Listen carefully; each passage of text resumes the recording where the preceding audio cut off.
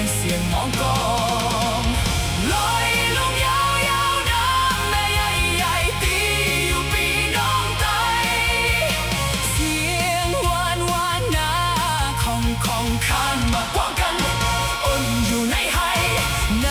เป็นสาวอ่อนเมืองลอย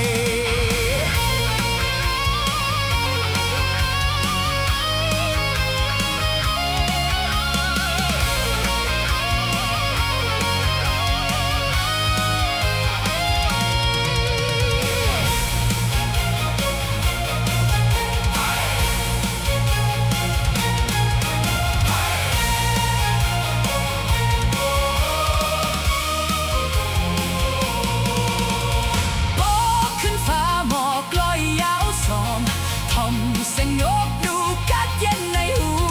จอมแก้วโหยน้ำใหญ่ไหลลงโดยหางลีหน้าเมืองลอยข้าวกับเมยอ่อนหุ้มปอเปลือกหมอกก่อนนอนกี่กัดเย็นในใจโดยและนกกาปั่นปางปอยปั่นไว้เสียงมองกองลอยลงยาวน้ำแม่ใหญ่ๆตีอยู่ปีน้องไตเสียงหวานนาของข้ามมากกว่ากันอ่อนอยู่ในไห้ในเป็นสาวอ่อนเมืองลอย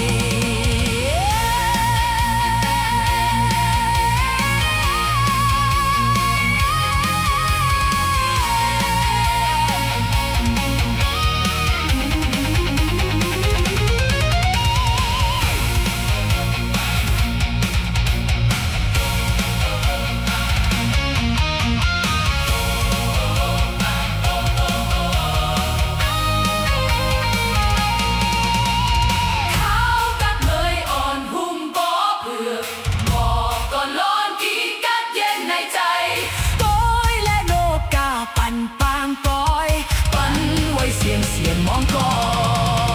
งลอยลงยาวน้ำแม่ใหญ่ๆตีอยู่ปีน้องไตเสียงหวานนาของข้านมากกว่ากันอ่อนอยู่ในไห้ในเป็นสาวอ่อนเมืองลอยข้าวกับเมยอ่อนหุ้มปอเปลือกหมอกก็ร้อนกี่กัดเย็นในใจ